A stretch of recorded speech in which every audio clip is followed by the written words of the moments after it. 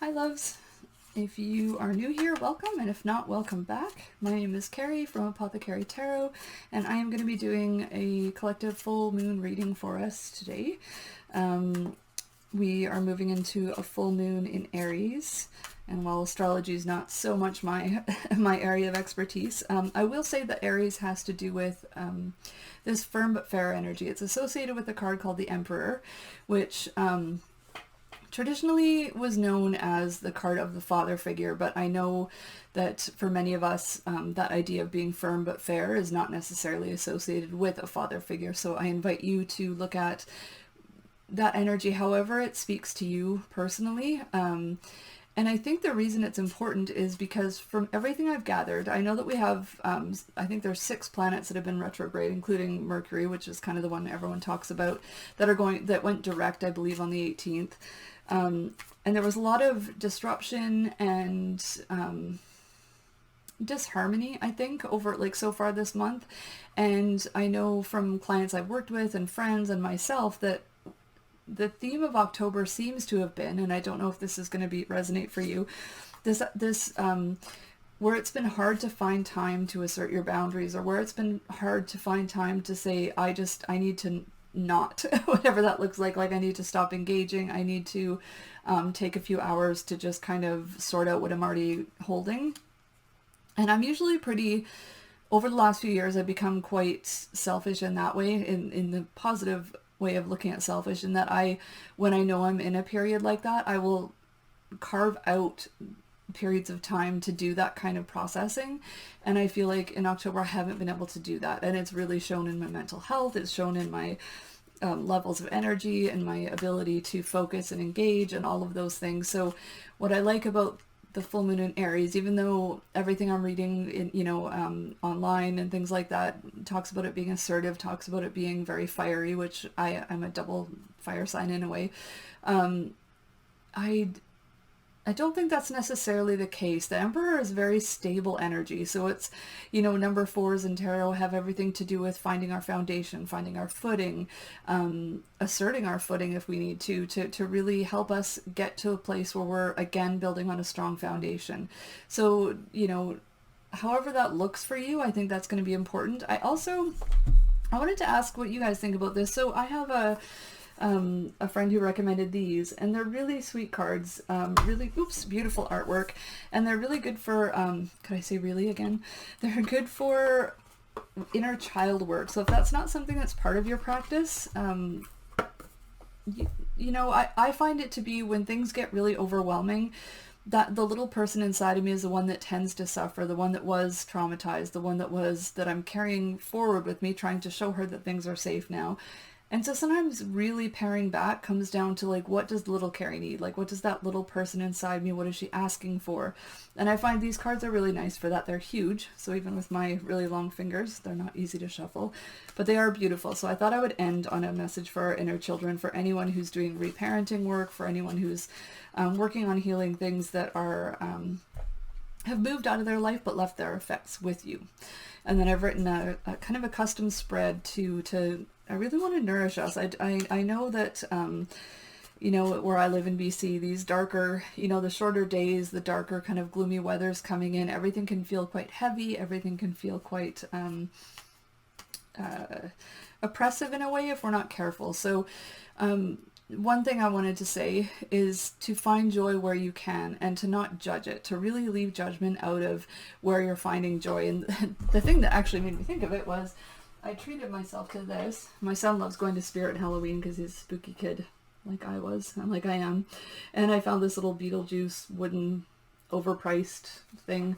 And it just made me so happy. Like it was kind of a silly little purchase, but I every time I look at it, I kind of like smile. So looking for, it doesn't have to be anything you spend money on. It could be one of your pets. It could be, a song you love, but really look for those little places of joy, because I think that breaks up.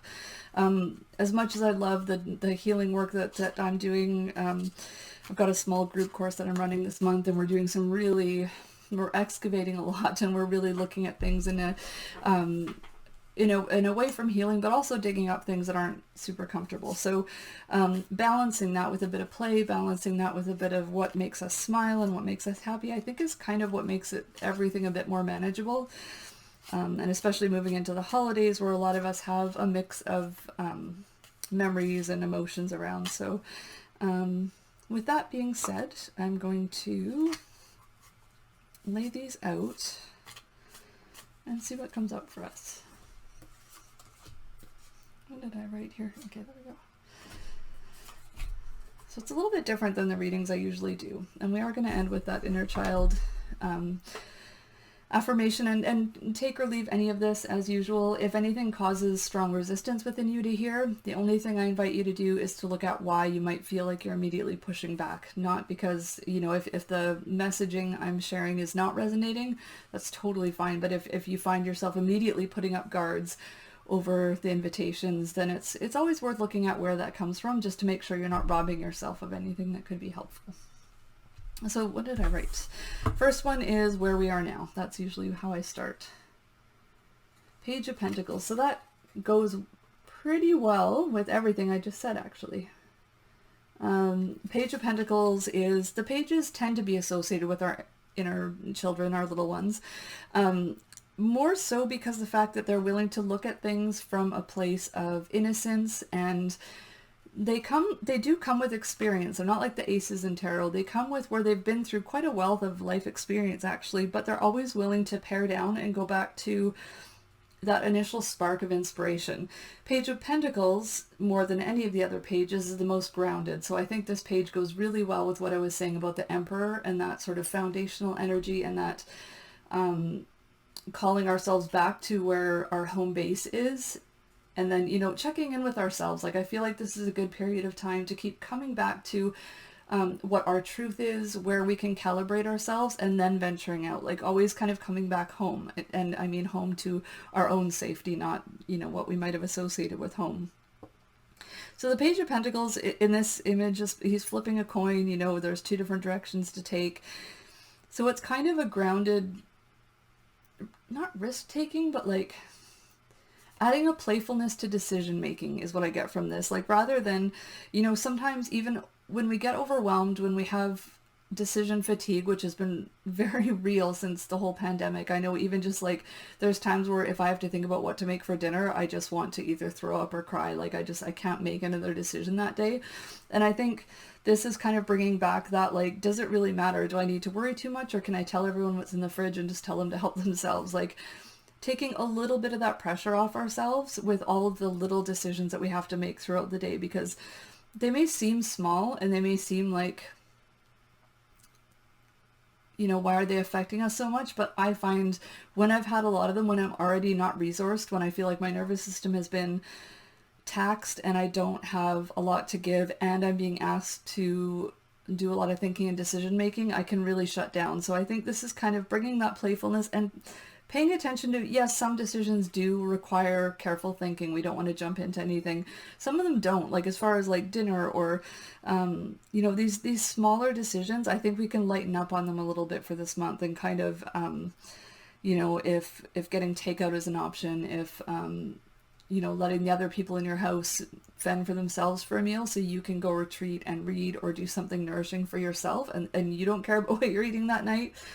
Little things like that. Give yourself space. I think that's going to be a big theme for the next 4 weeks. Like, give yourself room. And sometimes that also has to do with letting go of our control on things, like letting go of, like, you know, my son's entering a phase where he just wants to eat bread and cheese. And so, you know, I'm always trying to make sure he's eating produce and really trying to make sure he's getting a balanced diet. But there are days where things are so much that, like, if he can find something to eat for himself, we'll have salad the next day. You know what I mean? Like, just try to give yourself a little bit of grace and a little bit of easefulness around things that sometimes build up to feel like a huge decision when really they don't have to be, if that makes sense. Give yourself some room. Next, something to loosen our grip on. So this kind of goes with the card that we just chose. Ah, perfect. Okay, perfect, and also completely contrary to everything I've been saying. So, My goodness. Four of Pentacles is almost even with the Emperor energy in some ways, and like I mentioned, Aries is the Emperor. Loosening our, oh man, I don't know if I've ever had like a theme that's been more opposed, but the Four of Pentacles has to do with stability. It has to do with again, foundation. It's another four card. That's always foundation. Holding on to our resources, sometimes holding on to our finances, occasionally to the point of being frugal and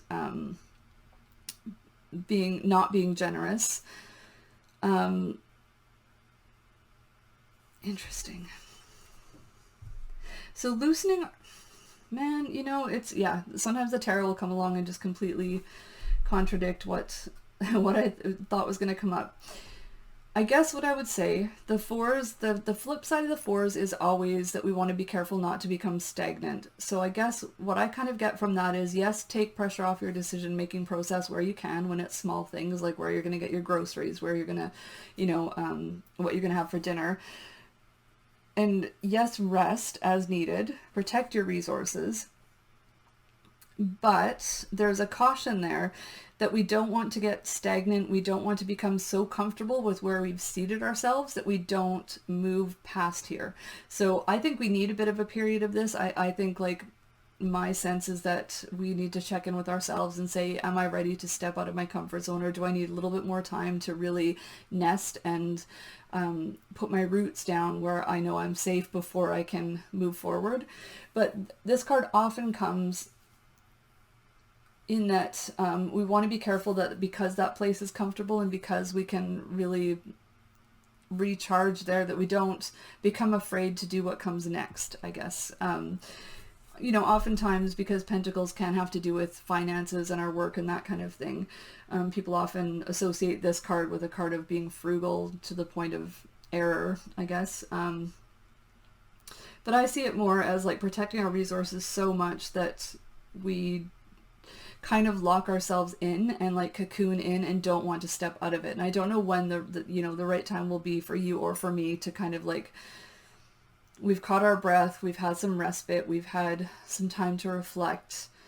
So I guess just keeping one eye on what comes next, and we'll see what else comes up in the reading. But I think that it is kind of just reminding us to keep that balance. So even though this month may have really pushed a lot of our buttons and had us examining a lot, and maybe things that are a bit spiky and things that are not necessarily easy to look at, so we might want that time to rest, but also make sure that we're not it's kind of that rest versus isolation boundary. Like, are we resting at this point, or are we just afraid to step out because we might be challenged again?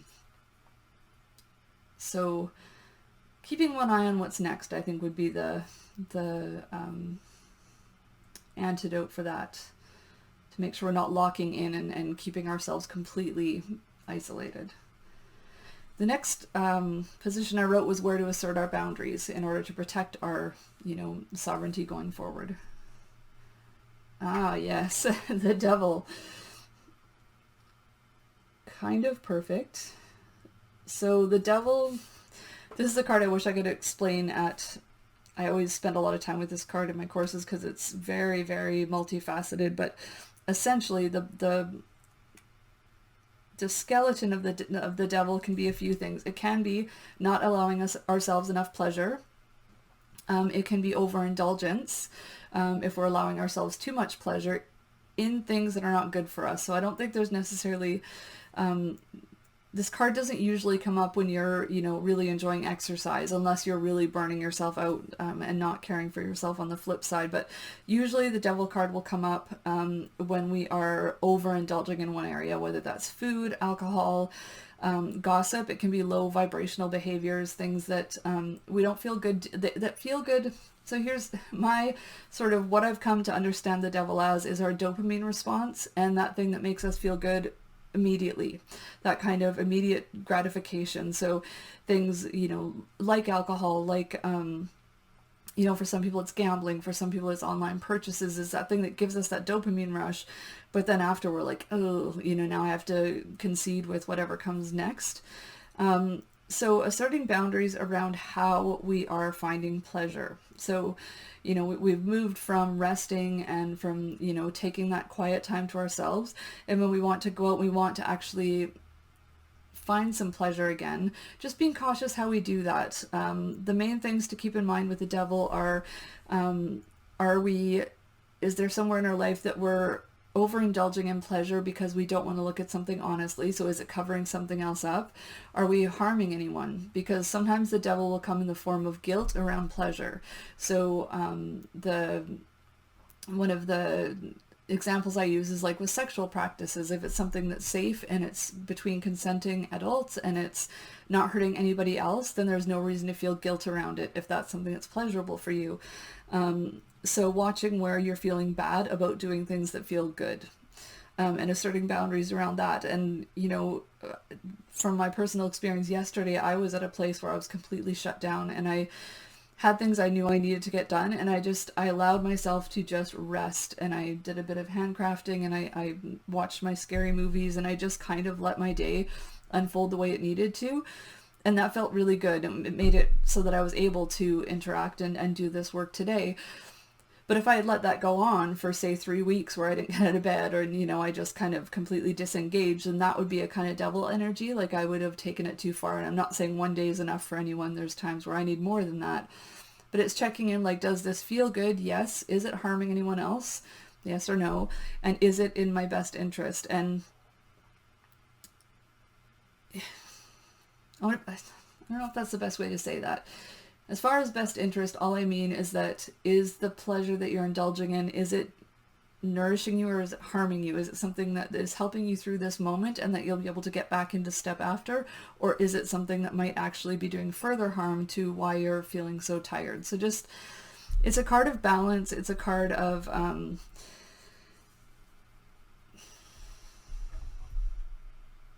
it's a card of temptation. It's a card of how you want to show up for yourself. That's the message I'm getting, is like, how is this the way you want to show up for yourself, or does this feel like something you're doing because you're so burnt out? And I find I tend to get catty or snide, or I start, picking people apart, and that's like so far from the person that I usually am or the person I want to be that I'm like, wait a minute, why am I here?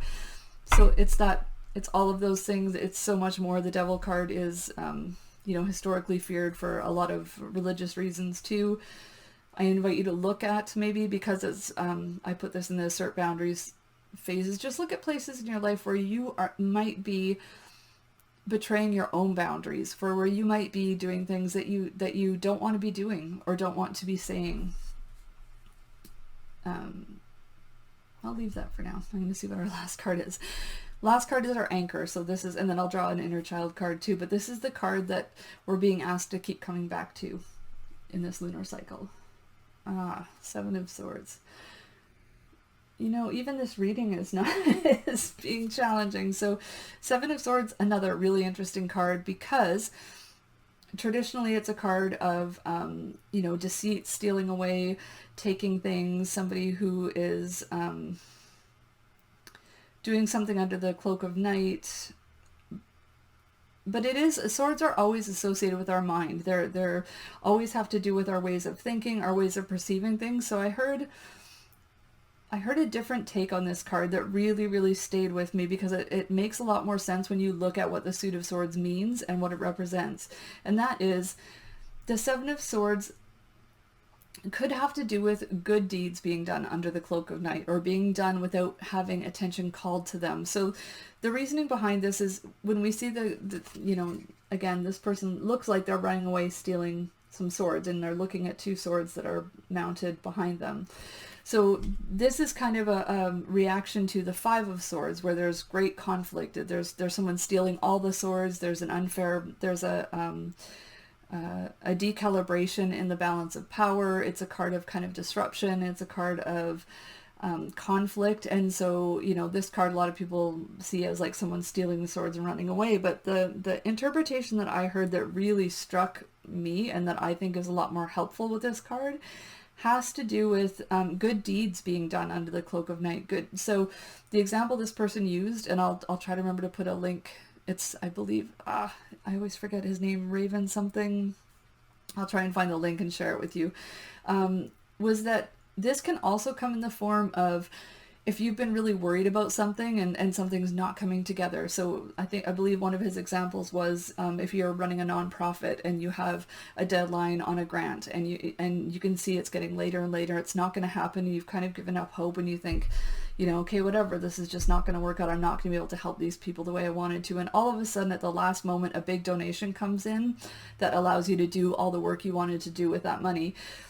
And it makes a lot more sense, because if we think about it, this person is stealing the 5 swords that were engaged in conflict and leaving the 2 swords that were, I believe in the 5 of swords, there's 2 usually sticking in the ground that haven't been involved in the conflict, and there's only 3 that have been.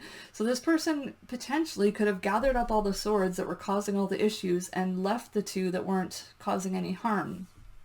And so this can be, whether it's for us or things being done to us, if you have the opportunity to do something kind for somebody just for the sake of doing it, this might be a good time to do that.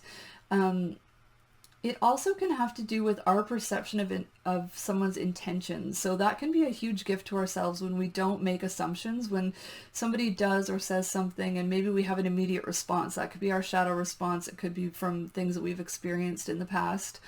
But it's a gift to ourselves to just kind of, as long as we're safe, like sometimes our intuition kicks in because we need to back away from something for our safety.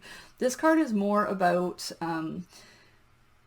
considering that potentially something that happened was in your best interest, even if it doesn't look like it, even if it looks like somebody is doing something we don't agree with, or somebody's it has to do with our perception, and 7s in the tarot can have to do with keeping the faith about something, about believing in something, even if logically something looks off. So it's an interesting combination, because swords are about logic, and yet this one is asking us to be aware of our logic and also suspend it enough to give someone the benefit of the doubt and give them a chance to explain themselves. So I think that could be an interesting thing going forward for this month, because for a lot of people, I think we are getting really tired. A combination of a whole bunch of things. I won't bring the pandemic into it more than I need to, because we all know. But, we're all feeling a bit taxed right now. And I think October was really pushing our boundaries as far as what we were able to accomplish. So sitting with that kind of, if someone does or says something, just taking that extra second to say, okay, this is what I'm hearing. Like, is this what you meant? And if you can clarify, great. But just giving space there, I think, is important. So resting, finding our grounding, so the main themes, not putting too much pressure on ourselves with decisions that don't require a whole lot of thought, even if they normally feel like they do. Finding our resting place, catching our breath, reestablishing our resources, but not getting stuck there. Not, isolating to the point where we don't want to step out again. Watching how we're finding pleasure in things. And without judgment, not letting judgment in, but also being honest with ourselves if something that we're doing, if we're eating too much sugar, if we're, overindulging somewhere in our life that we know is not in our best interest, how can we dial that back a bit? And then finally, how can we trust other people's intentions and our perception of their intentions? And the only way to really lean into that is to give yourself space, to not react immediately. Somebody might be taking action that's not in your best interest. They might be, not working from a great place. And you'll still find that out. You'll still be able to deal with that, but you don't necessarily have to deal with it immediately, because a lot of times when we engage in that instant reaction, sometimes we can do a lot of harm that we can't actually back out of after. So just giving it a little bit of space, asking questions. The 7 of Swords is a great card for asking questions like, oh, wow, I'm not sure I understood what you meant by that. Or, thank you for telling me you did that. I'm not sure I know why you would do that. Can you tell me a bit more about it? And kind of coming at it from a curious and inquisitive place. What I've found interesting about that practice in general is that when I can do that for other people, it gets easier to do it for myself, to think, why did I have that reaction? Or why did I, immediately think that person was going to do me harm? And so it can be a good kind of self-compass kind of thing. And so let's pick one for our inner child for this. So we got I love the artwork. It's just so pretty. So it's Therapets 64 Emotional Support Animal Cards by Kate Allen. A good day doesn't mean a bad life. Tomorrow will be different. And like I said, they're simple messages. They're very sweet messages, but sometimes they're exactly what we need to hear, because having, especially if it's been a bad day on a string of a lot of bad days, it can feel like a lot. It can feel like, is this just how things are going to be? And the only thing we can ever count on is change. The only thing we ever know for sure is that nothing will stay the way it is now. So, yeah. I think that's everything. One thing I wanted to mention, I'm going to put a little bit of info in this too, is that for some of us, like my belief system, I celebrate New Year's Eve on Samhain, or Halloween, which is October 31st. And what I wanted to invite everyone to do is to consider whether, if this feels like a good time in your life to really let something go, to consider doing that on the 31st. Like, sorry, I'm running out of air. I'm talking too much as usual. So it can be as simple as, if you have a bay leaf at home, writing something you want to let go of, setting it on fire in a safe receptacle, and letting it kind of go out to the universe, and really putting an intention that this is something I no longer want to take forward on my journey. And little practices like that, I think, because October 31st can be really like charged energetically, and it can be kind of an exciting day, and it can feel really good as a good point to check in before we go into the even shorter, darker days, things like that. It can be something you want to do for yourself, however you want to look at it. I'll like I said, I'll make sure there's some information in here, but just care for yourself the best you can over the next lunar cycle, and do assert those boundaries. Like I said, Aries is associated with the Emperor. That's somebody who's very willing to, the other thing I will share in this, and anyone who's worked with me long enough has probably heard me share this article before, but it's called 21 Ways to Give Good No. And it's ways that we can gently say that we're not, gently decline to people who maybe otherwise are a little bit, we have a harder time saying no to, in order to take care of ourselves. So it can be like, oh, that sounds so fun. Thank you so much for thinking of me. Not tonight, but please let me know next time it happens. Or at the very least, practicing saying, oh, I'm not sure. Give me some time to think about that, and I'll let you know where I'm at. And that those are all things that we can do to give ourselves grace and time with decision making. So I will make sure that is in this article as well. I hope that was helpful. I wish I could give you all a collective hug, but know that I'm thinking of it, and I look forward to connecting with you either before the November full moon or at the November full moon. So thank you for being a part of my little world, and I will talk to you soon. Bye for now.